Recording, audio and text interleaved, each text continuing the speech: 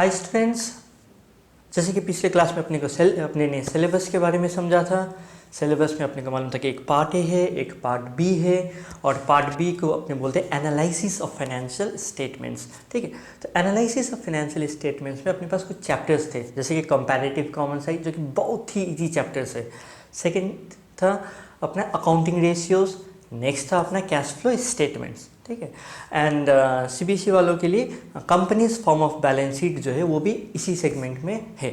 तो ठीक है, तो यहाँ पर यदि अपने आईएससी का पोर्शन के हिसाब से देखें तो अकाउंटिंग रेशियोज या रेशियो एनालिसिस, जो कि आज का वीडियो का मेरा कंटेंट रहने वाला है, वो 10 मार्क्स का आने वाला है। एंड नेक्स्टली यदि हम सीबीएसई के बारे में बोलें तो सीबीएसई में मोर लेस 4 to 6 मार्क्स का ये आता है।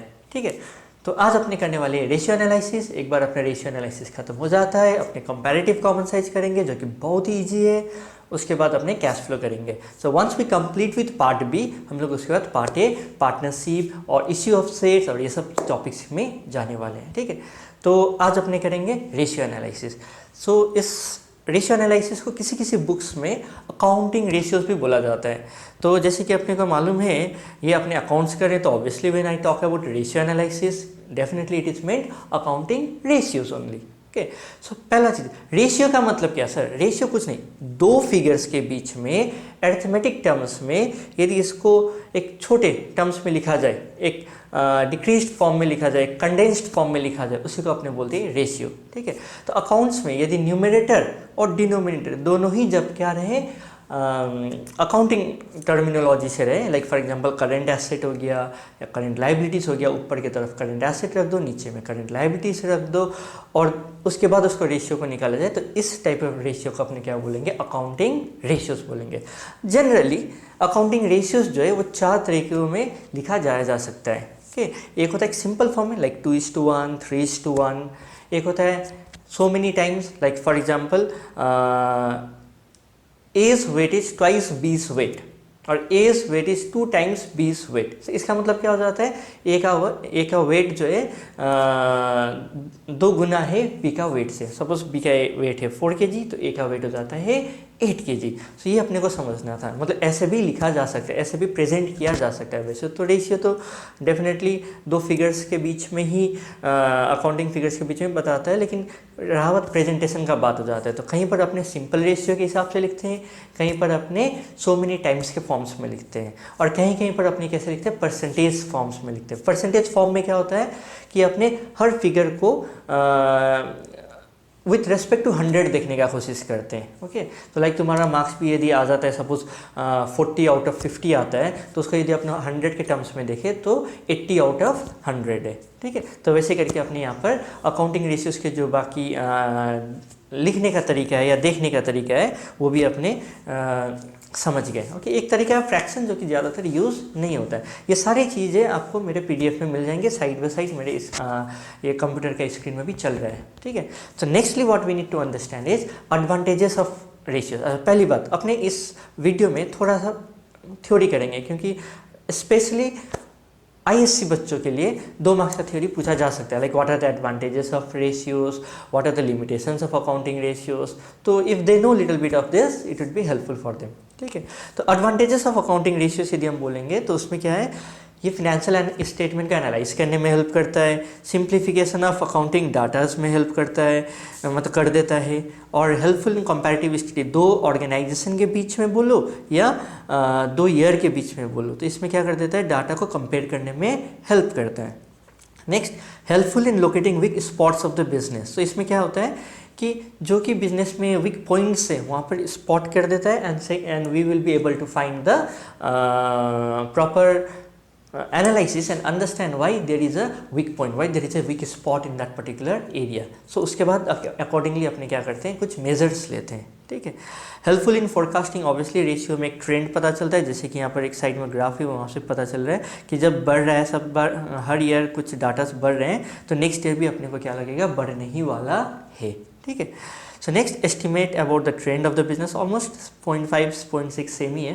ओके, तो यहाँ पर अपने को क्या कर दिए? राइजिंग ट्रेंड दिख रहा है। सो है फिक्सेशन ऑफ आइडियल स्टैंडर्ड्स। तो फिक्सेशन ऑफ आइडियल स्टैंडर्ड्स का मतलब क्या हुआ कि फॉर एग्जांपल हर एक रेशियो के लिए, लाइक आपके घर में भी होता होगा, मे बी आप लोग क्लास 10 में जब थे तो आपके घर में एक आइडियल स्टैंडर्ड क्या था कि बोर्ड्स में 90% लेके आना है।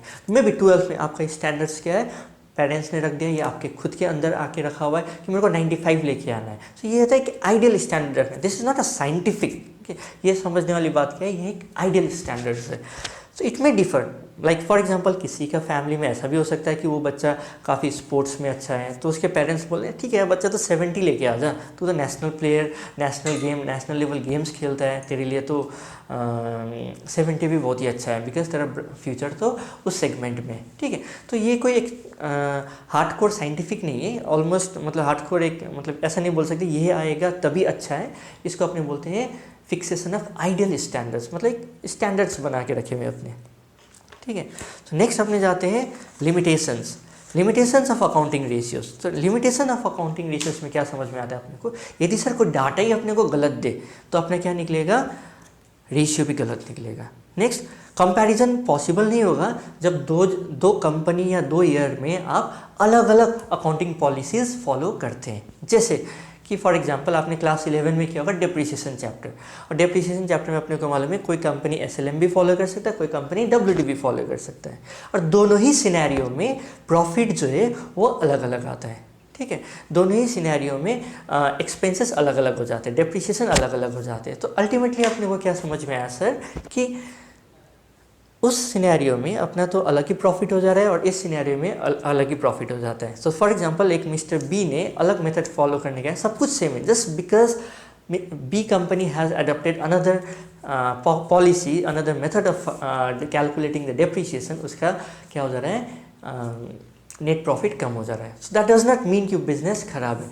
तो इसलिए अपने को क्या समझ में आता है, कंपैरिजन करना इस केसेस में बहुत ही मुश्किल हो जाता है जब 2 कंपनीज अलग अलग डाटा अलग अलग पॉलिसीज़ फॉलो करते हैं, या एक ही कंपनी 2 अलग अलग ईयर में 2 अलग अलग पॉलिसी फॉलो किया हुआ है, ठीक है।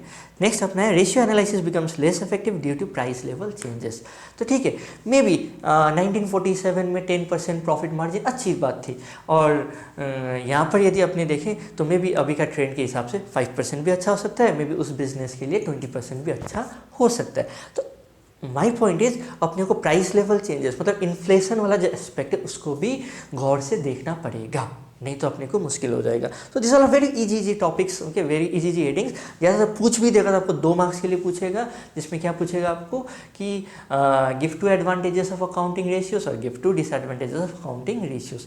एक इंपॉर्टेंस है कि विंडो ड्रेसिंग मतलब अपने बिजनेस को ऐसे दिखाते हैं जैसे कि वो है नहीं, लेकिन शारदा कंपनी, सत्यम कंप्यूटर्स, वो लोग ऐसे अपने बिजनेस को पोर्ट्रे करते थे एज इफ वो लोग बहुत ही बड़े बिजनेस है, लेकिन रियलिटी में क्या होता था, खोखले थे, ओके। इसी को बोलते हैं अपने विंडो ड्रेसिंग। तो यहाँ पर क्या होता है जनरली कि यदि कोई अपना डाटाज को बहुत गलत तरीक़ा से दिखाए, विंडो ड्रेस कर ले और ऐसे दिखाए कि बिजनेस बहुत ही अच्छा कर रहा है, जीपी रेशियो 50% 60% दिख रहा है कोई रेशियो, तो अपने को क्या लगेगा कि बिजनेस काफ़ी अच्छा कर रहा है, इसको बोलते हैं विंडो ड्रेसिंग। तो ये window dressing it's possible in analysis of financial statement, specially in accounting ratios, okay.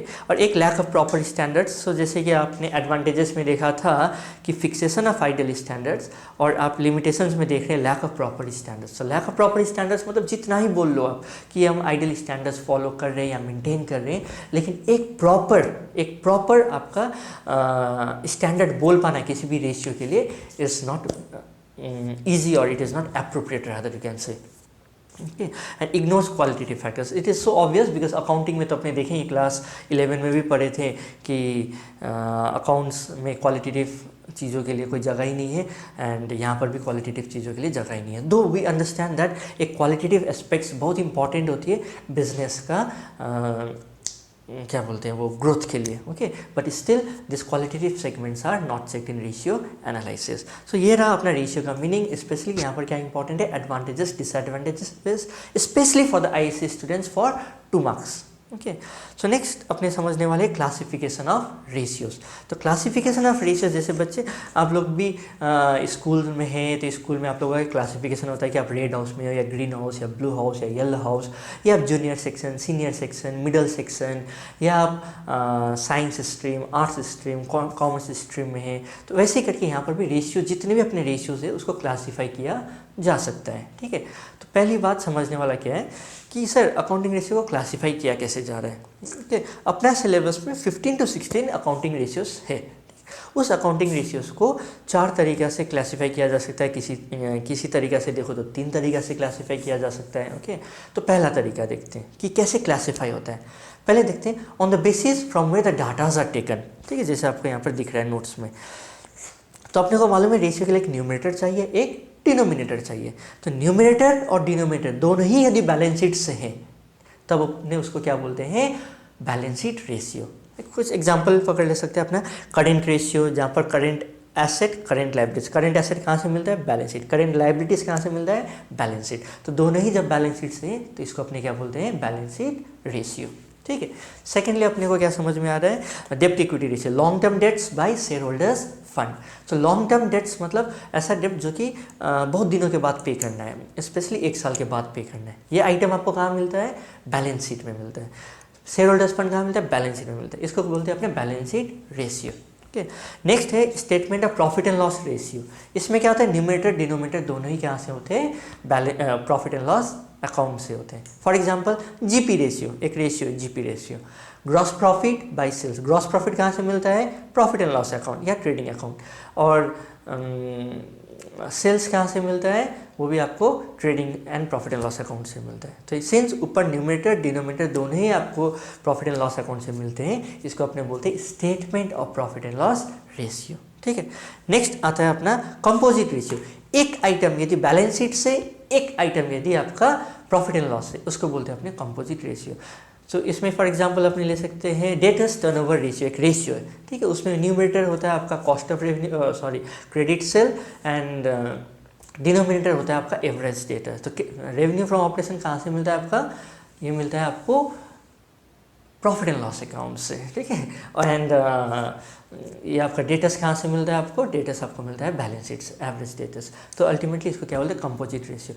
ये रेशियो इज़ नॉट वेरी, ये classification of ratio is not very helpful to us. Okay, so इस classification of ratio से अपने को बहुत ज़्यादा analysis में help भी नहीं होता है। It is not very important, किसी बुक्स में दिया हुआ रहता है, तो मैंने अपना नोट्स में इंकॉर्पोरेट किया हुआ इस चीज़ों को, हल्का से एक बार देख सकते हैं। It is not very important. Next classification, rather next basis of classification is very important, क्योंकि नेक्स्ट बेसिस ऑफ क्लासिफिकेशन जो है वो अपने कैसे करने वाले हैं, on the basis of its functionability, मतलब उसका फंक्शन क्या है, उस रेशियो का फंक्शन क्या है। तो इस तरीक़े से अपना 4 कैटेगरी में रेशियोज़ को डिवाइडेड है, 4 कैटेगरीज। ओके, तो उस 4 कैटेगरीज ऑफ रेशियोज़ को अपने करेंगे धीरे धीरे। पहले 2 कैटेगरी ऑफ रेशियो, एक कैटेगरी ऑफ रेशियो को समझेंगे, उसके बाद उसमें क्या क्या रेशियो आता है उसको समझेंगे, उसके बाद उसका सम्स करेंगे। अपने सम्स का भी क्वेश्चन बैंक आपको PDF में मिल जाएगा। आप नीचे दिए हुए डिस्क्रिप्शन बॉक्स से उस लिंक में आप क्लिक कर सकते हैं। अपने करते हैं पहला classification, okay, like on the basis of functionability, मतलब उसका उस रेशियो का काम क्या है। ठीक है, उस हिसाब से अपने क्लासीफाई करने का कोशिश करते हैं। On the basis of liquidity, मतलब यही सब फंक्शन ही होते हैं, रादर लिक्विडिटी, प्रॉफिटेबिलिटी, उसका काम, एक्टिविटी, मतलब बिजनेस में कितना काम हो रहा है, ये सब होते हैं फंक्शंस। तो ये सब फंक्शंस के बेसिस में अपने क्या करने वाले हैं, क्लासिफिकेशन करने वाले हैं। ठीक है, तो पहला क्लासिफिकेशन होने वाला अपना short term solvency ratios. Short term solvency ratio का मतलब इसको अपने अलग नाम से भी जानते हैं, लिक्विडिटी रेशियो। मतलब शॉर्ट टर्म सॉल्वेंसी मतलब छोटे समय में, मतलब जनरली 1 ईयर। शॉर्ट टर्म मतलब अकाउंटेंसी में ज़्यादातर शॉर्ट टर्म मतलब लेस देन 1 ईयर को बोलते हैं। तो 1 साल के अंदर अंदर क्या वो पैसा दे पाएगा, वो चीज़ को यदि चेक करना है अपने को, उसको अपने बोलते हैं short term solvency ratio, liquidity ratio. Okay, वो मतलब शॉर्ट रन में मैं किसी को पैसा वापस कर पाने का पोटेंशियल कितना होगा, या उसके पास कैलकुलेशंस कैसा होगा, उसके पास माइंडसेट कैसा होगा, उसके पास फिनेंशियल पोजीशन कैसा होगा, ये चीज़ अपने चेक करते हैं इस रेशियो से। इस रेशियो का अपने यहाँ पर जैसे देख रहे हैं लिक्विडिटी रेशियो, या इसको अलग नाम से बोलते हैं शॉर्ट टर्म सॉल्वेंसी रेशियोज। ठीक है, इसमें 2 रेशियो है अपने सिलेबस में। एक रेशियो है करेंट रेशियो। ठीक है, करेंट रेशियो जिसका अलग नाम है वर्किंग कैपिटल रेशियो भी बोलते हैं कभी कभी, लेकिन ज़्यादातर करेंट रेशियो ही बोला जाता है। तो करेंट रेशियो मतलब क्या, करेंट रेशियो मतलब current assets divided by current liabilities. ठीक है, मतलब यदि मेरे को करेंट एसेट, जबकि मैंने जहाँ तक मैंने आप लोगों को बोल ही दिया कि करेंट रेशियो खोजने वाले या लिक्विडिटी रेशियो या शॉर्ट टर्म सॉल्वेंसी रेशियो, तो शॉर्ट टर्म में देने का जो होता है उसको करेंट लाइबिलिटी बोलते हैं, शॉर्ट टर्म में जो आने का जगह होता है उसको करेंट एसेट्स बोलते हैं। ठीक है, तो यहाँ पर अपने को क्या समझ में आ रहा है कि जो करेंट एसेट्स है वो क्या देने वाले हैं, अपने को रिलेशनशिप देने वाला है, करेंट रेशियो जो है रिलेशनशिप देने वाला है करेंट एसेट्स और करेंट लाइबिलिटीज के बीच में। ठीक है, तो इसमें अपने रेशियो आएगा। Suppose for example current asset होता है 5 लाख और करेंट लाइबिलिटी होता है 1 लाख, तो अपना रेशियो क्या हो जाएगा 5:1। ठीक है, तो वैसे करके और अपने को मालूम है करेंट एसेट किसको बोलते हैं, जो एक साल में कैश में कन्वर्ट हो जाए या एक साल के अंदर अंदर जिसका बेनिफिट अपने को मिल जाए। एग्जांपल्स जैसे कि आपके पास बहुत सारे हैं, करेंट इन्वेस्टमेंट जो कि जल्दी से कन्वर्ट हो जाते हैं, इन्वेंट्रीज स्टॉक जो कि ज़्यादातर इंटेंशन ये होता है कि एक साल में बिक जाए, ट्रेड रिसीवेबल जो कि मोटा मोटी आप पकड़ लीजिए कि 2 महीना 3 महीना का टाइम ड्यूरेशन दिया जाता है डेटर्स को generally, cash and cash equivalent ये तो हार्डकोर लिक्विड कैश ही हो गया, and short term loans and advances, आपने किसी को लोन दे के रखा हुआ है, एडवांस दे के रखा हुआ है जो कि आपको 6 महीना 8 महीना 9 महीना 10 महीना 12 महीना के अंदर अंदर वापस हो जाने वाला है। ठीक है, नेक्स्ट है अदर करेंट एसेट, और भी कोई भी करेंट एसेट्स आपका हो सकता है जो कि आपको क्या बोले हैं, मतलब एक साल के अंदर अंदर आपको बेनिफिट मिल जाए, जैसे कि प्रीपेड एक्सपेंसेस हो गया, अक्रूड इंटरेस्ट हो गया, मतलब इंटरेस्ट पक चुका है बस आपको मिलना देरी है, अक्रूड हो चुका है, ये आपने अर्न कर चुका है, कर लिया है लेकिन आपको मिला नहीं है, तो मे बी 1 मंथ 2 मंथ के अंदर अंदर मिल जाता है, so that is we call it to be accrued interest, getting it. And advance tax, आपने एडवांस टैक्स पे कर लिया, वो जनरली एक साल के अंदर अंदर जो भी आपने एडवांस पे करके रखा हुआ है उसका बेनिफिट मिल जाता है, तो उसको बोलते हैं अपने करेंट एसेट्स। सो जनरली इसी आइटम्स को लेके आपका सम्स रहेगा, कैलकुलेशन रहेगा, जो कि बहुत ज़्यादा टफ नहीं होने वाला है। नेक्स्ट है नीचे डिनोमिनेटर में करंट लाइबिलिटीज। करंट लाइबिलिटीज का मतलब क्या, शॉर्ट टर्म बोरिंग्स जो कि आपको आपने किसी से लोन लेके रखा है जो कि आपको 2 महीना 3 महीना 1 साल के अंदर अंदर वापस कर देना है। ट्रेड पेबल, आपने किसी से उधारी में सामान खरीद के रखा हुआ है जिसको आपको पे करना है, for example creditors, bills payable हो गया, और भी बहुत सारे छोटे छोटे अदर करंट लाइबिलिटीज हो सकते हैं, लाइक आउटस्टैंडिंग एक्सपेंसेस हो गया आपका, like for example outstanding salaries and all जो कि एक्सपेंसेस के अंदर ही आते हैं, ओके, शॉर्ट टर्म प्रोविजंस हो गए ये सब।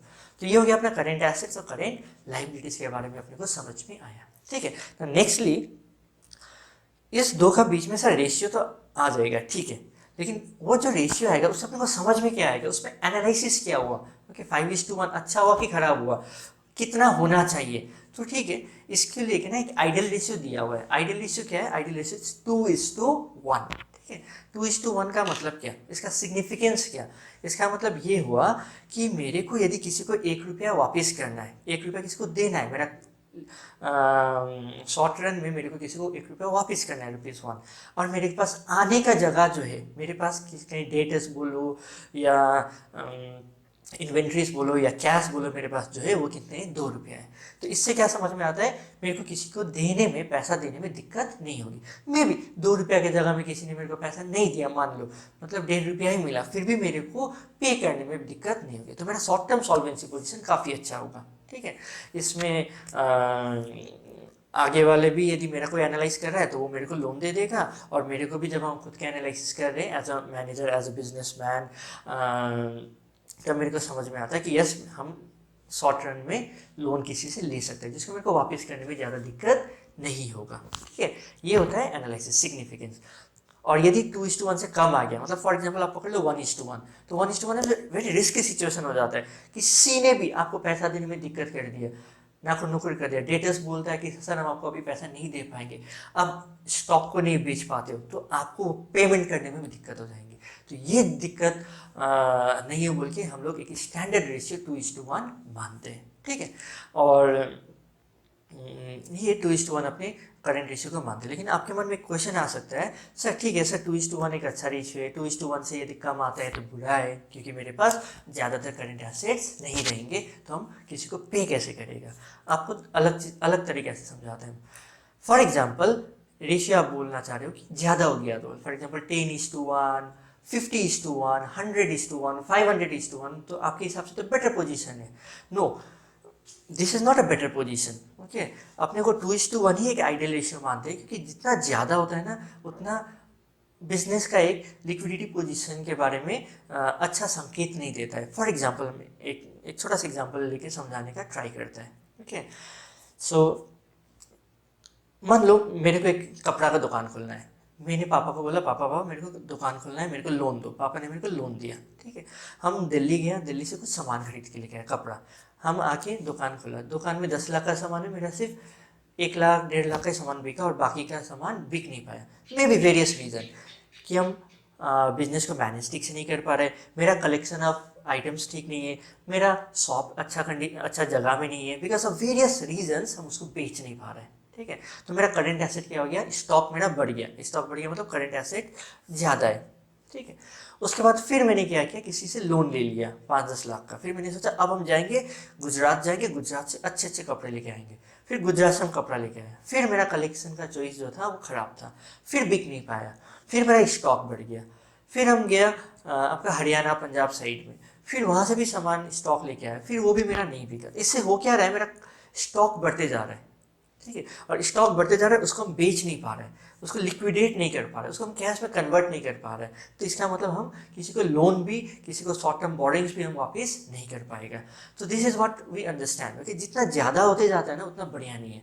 मे बी आपका कोई ट्रेड रिसीवेबल हो, आप डेटर से पैसा नहीं मांग पा रहे हो, आपके पास डेटा से बढ़ते जा रहे, कोई आता है आपको डॉन की तरफ बंदूक दिखा के सामान खरीद के चला जाता है। आपने तो बुक्स में लिख दिया डेटर्स, लेकिन वो गुंडा जो है वो आपको तो पैसा नहीं दे रहा है, तो आपका क्या डेटर्स बढ़ते जा रहे हैं। इसका मतलब आप उस बंदे से पैसा नहीं ले पा रहे हो। जब आप पैसा नहीं ले पा रहे हो तो क्या सिनेरियो हो जा रहा है, आपका करंट एसेट बढ़ते जा रहा है। तो आपका जो करंट रेशियो जो बढ़ते जाता है ये बताने का कोशिश करता है कि you are very inefficient in managing a current asset, you are not been able to collected debtors, rather liquidated debtors properly, liquidated stock properly. ठीक है, तो that is why we consider 2:1 to be a very very very ideal ratio. Exam में यदि comment आ जाए 2:1 के आसपास answer है, like 1.8, 1.9, 2:1, 2.2:1, ऐसा कुछ रहा, तो we can say the business is doing very good, the short term liquidity position is very good. But यदि इससे ज़्यादा आए या कम आए तो अपने बोलेंगे the short term liquidity position of the business is not good. अब समझते हैं क्विक रेशियो के बारे में। क्विक रेशियो जो होता है उसका एक अलग नाम भी है, quick ratio, acid test ratio भी इसको बोलते हैं, इसको लिक्विड रेशियो भी बोलते हैं। ठीक है, तो क्विक रेशियो में क्या होता है, क्विक रेशियो का जो फॉर्मूला होता है that is quick assets by current liabilities. ठीक है, क्विक एसेट्स मतलब क्या है, ये आपके लाइफ में एक नया टर्म आ गया, मतलब अभी तो क्विक एसेट्स के हिसाब से क्विक एसेट मतलब ये होता है जो कि झट से, मतलब जो कि 1 साल भी ना लगे उसको कन्वर्ट होने में, जो कि एकदम मतलब ऑलमोस्ट कैश के फॉर्म में रहे वो। ओके, जिसकी कैश तो वो खुद में कैश के फॉर्म में, करेंट इन्वेस्टमेंट जो कि जब चाहो तब बेच लो और उसको कैश में कन्वर्ट कर लो, डेटर्स ऑलमोस्ट 1-2 महीने के अंदर अंदर पैसा मिल जाता है। ठीक है, ये सारी चीज़ों को अपने बोलते हैं क्विक एसेट्स बोलते हैं अपने। ठीक है, स्टॉक को नहीं बोल सकते, stock is not a quick asset, because देखो स्टॉक को बेचना is not a very easy thing. Stock को बेचने में कभी कभी बहुत ज़्यादा समय भी लग जाता है। आदमी को इतना ही कॉन्फिडेंट रहना कि हम अपने स्टॉक को जब भी बेच लें तब तो वो तो बहुत बढ़िया बिजनेसमैन हो गया। ओके, लेकिन it is not very easy to say that कि मेरा जो एसेट्स है वो झट से बिक जाएगा। हाँ, वो लॉस में बेचोगे वो अलग बात है, लेकिन ऐसे स्टॉक को बेचना, सामान बेचना, वही तो सबसे कठिन चीज़ है बिजनेस में। वो आप बोलोगे हमें सर जब भी बेच लेगा और यहाँ पर कन्वर्ट कर लेगा और आपका पेमेंट कर लेगा, no, it is not very easy to say that. ठीक है, तो यहाँ पर ऑलमोस्ट उस सारे चीज़ों को अपनी क्विक एसेट बोलते हैं जो कि ऑलमोस्ट कैश में ही है। ठीक है, तो क्विक एसेट का जो फॉर्मूला है वो है, सॉरी, क्विक रेशियो का जो फॉर्मूला है वो है quick assets by current liabilities. Quick asset, यदि आपके पास करंट एसेट दिया हुआ है ना, तो उस करंट एसेट में से आप स्टॉक को माइनस कर दो, क्योंकि उसमें तो स्टॉक ऑलरेडी इंक्लूडेड था, होना नहीं चाहिए। और उसमें से एक और चीज़ माइनस होता है, वो है प्रीपेड एक्सपेंसेस। प्रीपेड एक्सपेंसेस क्यों माइनस होता है सर? देखो, जो भी प्रीपेड एक्सपेंसेस होता है तो ये करंट एसेट है, लेकिन इसका आपको क्या होता है, बेनिफिट मिलता है आपको ना, कैश के टर्म्स में नहीं मिलता है। फॉर एग्जांपल, मैंने अपनी मेड को एडवांस सैलरी दे दिया, तो एडवांस सैलरी देने के कारण क्या हो गया, उसको हम लोग बोलते हैं प्रीपेड एक्सपेंसेस हो गया, उसको मैंने एडवांस में दे दिया। एडवांस में देने के कारण अब वो मेरे को अगले महीना वो क्या करेगी, मेरे लिए काम कर देगी। ठीक है, एडवांस में किसी को कमीशन दे दिया, वो मेरा काम कर देगा। एडवांस में इंश्योरेंस पे कर दिया, उसका बेनिफिट मेरे को मिल जाएगा, लेकिन कैश में नहीं मिलता है। तो यहाँ पर मेरा फुल कंसर्न क्या है, जो कि कैश में, क्योंकि मेरे को जब वापस करना है, मेरे को लिक्विडिटी पोजीशन चेक करना है, तब तो मेरे को हम ये नहीं बोल सकते मेरा इंश्योरेंस का बेनिफिट आपको दे देंगे, you can not say that, मेरा जो दीदी काम करने वाली है आपके घर में काम कर लेगी, ऐसा नहीं बोल सकते। अपने को क्या चाहिए, कैश चाहिए, ठीक है। तो इसलिए अपने यहाँ पर क्विक लाइबिलिटीज रहता है, क्विक रेशियो में अपने हार्डकोर उस कैश के बारे में बात करते हैं, ऑलमोस्ट कैश के बारे में चीज़ों को बात करते हैं, ठीक है। तो इसका फॉर्मूला क्या हो जाता है, क्विक रेशियो, इसका अलग अलग नाम क्या है, acid test ratio, liquid ratio. Formula क्या होता है, quick assets divided by current liabilities. Quick asset, यदि आपको करेंट एसेट दिया है तो उसमें से स्टॉक और प्रीपेड एक्सपेंसेस को माइनस कर देंगे। यदि आपको बहुत सारे आइटम्स दिया है तो स्टॉक और प्रीपेड एक्सपेंसेस को अपने इंक्लूड नहीं करेंगे, ठीक है। लाइक बहुत सारे आइटम्स देके रखा हुआ है, for example debtors, cash, current investment, stock, तो उसमें सारे आइटम्स को ऐड करेंगे, इन्वेंट्री को ऐड नहीं करने वाले। और यदि आपके पास करंट एसेट दे दिया है तो उसमें से स्टॉक को क्या कर दो, माइनस कर दो, ठीक है। So that's in that way you will be getting your quick assets. So once you get your quick assets and you know how to calculate your current liabilities, so it becomes very easy for you to calculate quick ratio, because you know numerator, you know the denominator, ratio is in your fingertips, ठीक है, sorry fingertips. And the ideal ratio for this is 1:1. So 1:1 ideal ratio मतलब almost quick asset आपके पास 1 है और आपको देने का जगह भी आपका क्या है, 1 रुपया ही है। तो अपन ये जब since it is a quick assets, अपने आपको कोई दिक्कत नहीं होगा किसी को पे करने में, कि मतलब almost cash, current investment, debtors के थ्रू आप किसी को पे कर ही देंगे, ठीक है, वो लिक्विडेट हो जाता है। स्टॉक और प्रीपेड एक्सपेंसेस को कैश में कन्वर्ट करना is a very difficult task. So इस रेशियो के लिए पर्टिकुलरली अपने 1:1 के साथ भी सेटिस्फाइड है, ठीक है। तो आज अपने लिक्विडिटी रेशियो के अंदर 2 रेशियो सीखा। एक है करेंट रेशियो, जिसका फॉर्मूला है current asset by current liabilities. इसका आइडियल रेशियो है कितना, 2:1। एंड दूसरा सीखा आपने क्विक रेशियो। क्विक रेशियो का फॉर्मूला क्या है, quick assets by current liabilities. Quick ratio का अलग अलग नाम भी होता है सर, एसिड टेस्ट रेशियो और लिक्विड रेशियो, ठीक है। ये ध्यान देने वाला चीज़ें था। क्विक एसेट कैसे निकलता है, करंट एसेट में से माइनस कर दो आप क्या चीज़ को, इन्वेंट्रीज को, स्टॉक को और प्रीपेड एक्सपेंसेस को, ठीक है। In that way you understood 2 ratios, you understood the concepts behind this ratios, you understood why its ideal ratio is so and so and what is its ideal ratio, ठीक है। Sums काफ़ी easy रहते हैं, बहुत ज़्यादा difficult नहीं होते। First category of some होता है, आपको आइटम्स दे देगा, न्यूमरेटर ढूंढो, डिनोमिनेटर ढूंढो और आंसर निकाल लो। एक होगा since it is a very easy, कुछ होता नहीं है करने के लिए, तो थोड़ा सा मैथमेटिक्स टच देने का कोशिश करता है, तो सारे सम्स अपने करेंगे डेफिनेटली क्लास में, ठीक है। उससे पहले अपने को ना कुछ चीज़ें ध्यान देने वाली है। लाइक फॉर एग्जाम्पल यहाँ पर आपको सेल्फ नोट लिखा हुआ है मैंने यहाँ पर। सेल्फ नोट में क्या है, ध्यान रखने वाला चीज़ है एक, मतलब खुद के लिए। पहला चीज़, यदि आपको बोले कि लिक्विडिटी रेशियो ढूंढो, लिक्विडिटी मतलब दोनों, करंट रेशियो और लिक्विड रेशियो। यदि आपको बोले लिक्विड रेशियो, तभी आप नीचे वाला सिर्फ लिक्विड रेशियो ढूंढेंगे, तो आप कंफ्यूज मत होना लिक्विडिटी और लिक्विड रेशियो में। दूसरा चीज़ ध्यान देने वाला, कभी कभी आपको सम्स करते समय, ठीक है, 2 अपने बाद में डिस्कस करेंगे, लेकिन ये सम्स करते समय आपको एक फॉर्मूला का दरकार पड़ेगा, that is working capital. Working capital का फॉर्मूला होता है current assets minus current liabilities, ठीक है। वर्किंग कैपिटल मतलब वो कैपिटल जो कि day to day functioning of the business के लिए चाहिए होता है, उसको अपने कैसे कैलकुलेट करते हैं, करंट एसेट में से करंट लायबिलिटीज को माइनस कर देते हैं, ठीक है। नेक्स्ट एक बैलेंस शीट का छोटा सा फॉर्मेट दिया हुआ है। बेसिकली ये फॉर्मेट देने का ऑब्जेक्टिव मेरा यही है कि मे बी कुछ सम्स में ना आपको थोड़ा चाहिए होगा मे बी ऐसा टाइप के फॉर्मूलाज के हिसाब से, but we should not consider it to be a formula because it is a very basic understanding. Like non current asset plus current assets को आप करोगे तो टोटल, उसी को बोलते हैं टोटल एसेट, और ये टोटल एसेट और टोटल लायबिलिटीज हमेशा ही इक्वल होते हैं, ठीक है। तो ये कहने का मतलब क्या हो गया, आपको non current asset, current liability, non current liability दे दिया, आप शेयर होल्डर्स फंड निकाल सकते हैं, क्योंकि इसका मतलब टोटल एसेट मतलब टोटल लायबिलिटीज में से दो चीज़ को माइनस कर दो, निकल गया शेयर होल्डर्स फंड। या कभी कभी टोटल एसेट दे दिया, share holders fund, non current liabilities दे दिया आपको, तो इसमें से इसको माइनस कर दो, आपका आ जाएगा current liabilities. So in this way ना you will be it will be helpful, this particular format will be helpful to calculate various ratios.